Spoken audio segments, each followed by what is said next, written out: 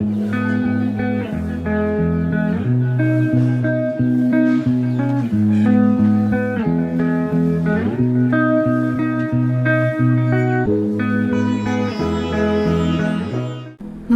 के युद्ध की समाप्ति के बाद कौरव और पांडवों के गुरु द्रोणाचार्य के पुत्र अश्वत्थामा ने छल से पांडवों के पुत्रों का वध किया था। उनके इस पाप की सजा भी वो आज तक भुगत रहे हैं। उनको मिले एक श्राप के कारण माना जाता है कि आज भी अश्वत्थामा जीवित है और दर बदर भटक रहे हैं। मध्य प्रदेश के एक किले में अश्वत्थामा को देखने की बात कही जाती है। चलिए जानते हैं कहाँ पर स्थित ये किला और किसने दिया था अश्वत्थामा को श्राप। इसे जानने के लिए आपको वीडियो एंड तक जरूर देखना है।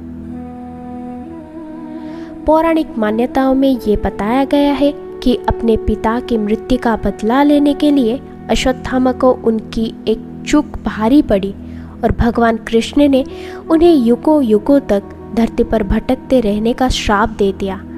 माना जाता है कि करीब 5000 साल से अश्वत्थामा यूं ही धरती पर भटक रहे हैं। उनके ही श्राप का नतीजा है कि उन्हें आज भी मध्य प्रदेश के एक किले में देखे जाने का दावा किया जाता है। मध्य प्रदेश के बुरहानपुर शहर से करीब 20 किलोमीटर दूर असीरगढ़ का किला है। यहाँ के स्थानीय लोगों का कहना है कि अश्वत्थामा आज भी इस किले में भगवान शिव जी की पूजा करने आते हैं। यहाँ के लोग अश्वत्थामा से जुड़ी कई दंत कथाएं भी सुनाते हैं। यहाँ बताते हैं कि अश्वत्थामा को जिसने भी देखा वो या तो जिंदा नहीं बच पाया या फिर उसकी मानसिक स्थिति सदैव के लिए खराब हो गई। यहाँ के बारे में ये भी कहा जाता है कि अश्वत्थामा पूजा करने से पहले किले में स्थित तालाब में स्नान भी करते हैं। इतना ही नहीं, जबलपुर में भी नर्मदा नदी के गौरी घाट के किनारे भी अश्वत्थामा को भटकते हुए देखे जाने की बात कही जाती है।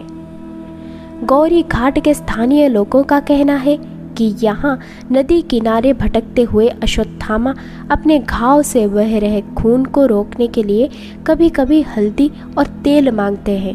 हालांकि इस संबंध में कोई प्रमाण आज तक नहीं मिल पाया है, लेकिन इस तरह की बातें यहाँ पर लंबे समय से चली आ रही है। अश्वत्थामा ने अपने पिता गुरु द्रोण की मौत का बदला लेने के लिए बहुत ही गलत काम किया था। महाभारत का युद्ध समाप्त होने के बाद अश्वत्थामा ने अभिमन्यु की पत्नी उत्तरा के गर्भ में पल रहे बालक परीक्षित पर ब्रह्मास्त्र का प्रयोग करके उसकी हत्या कर दी। तब भगवान श्री कृष्ण सबसे अधिक क्रोधित हुए थे। तब भगवान कृष्ण ने अश्वत्थामा को ये श्राप दिया था। उनका मानना था कि अश्वत्थामा का पाप सबसे बड़ा पाप है, क्योंकि उसने एक अजन्मे बालक की हत्या की थी। श्री कृष्ण ने अश्वत्थामा के सिर पर लगा चिंतामणि रत्न छीन लिया और श्राप दिया कि तुमने जन्म तो देखा है, लेकिन मृत्यु को नहीं देख पाओगे। जब तक सृष्टि रहेगी तब तक तुम जीवित रहोगे और कष्ट भोगोगे।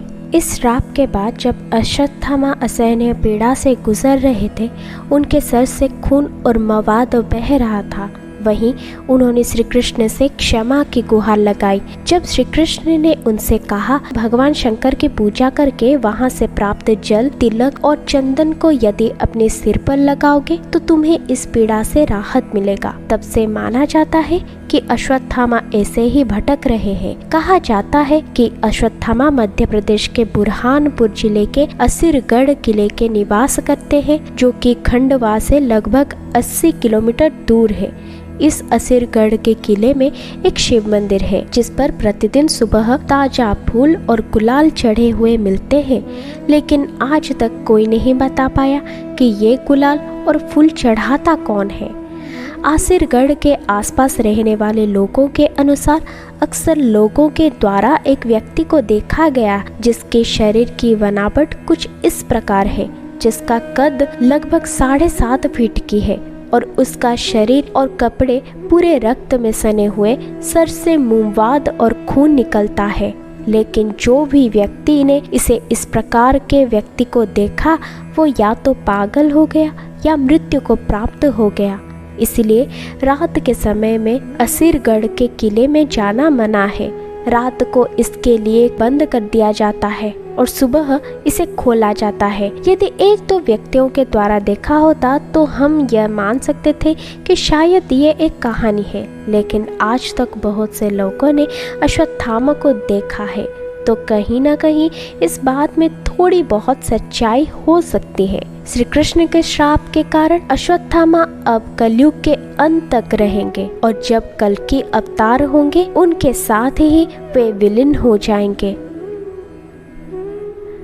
तो फिर आज के वीडियो आपको कैसा लगा हो हमें कमेंट्स करके ज़रूर बताइएगा, और आगे भी इसी तरह की वीडियोस देखने के लिए हमारे चैनल को प्लीज़ सब्सक्राइब कर दें। तो फिर मिलते हैं अगले वीडियो में। जय श्री कृष्णा।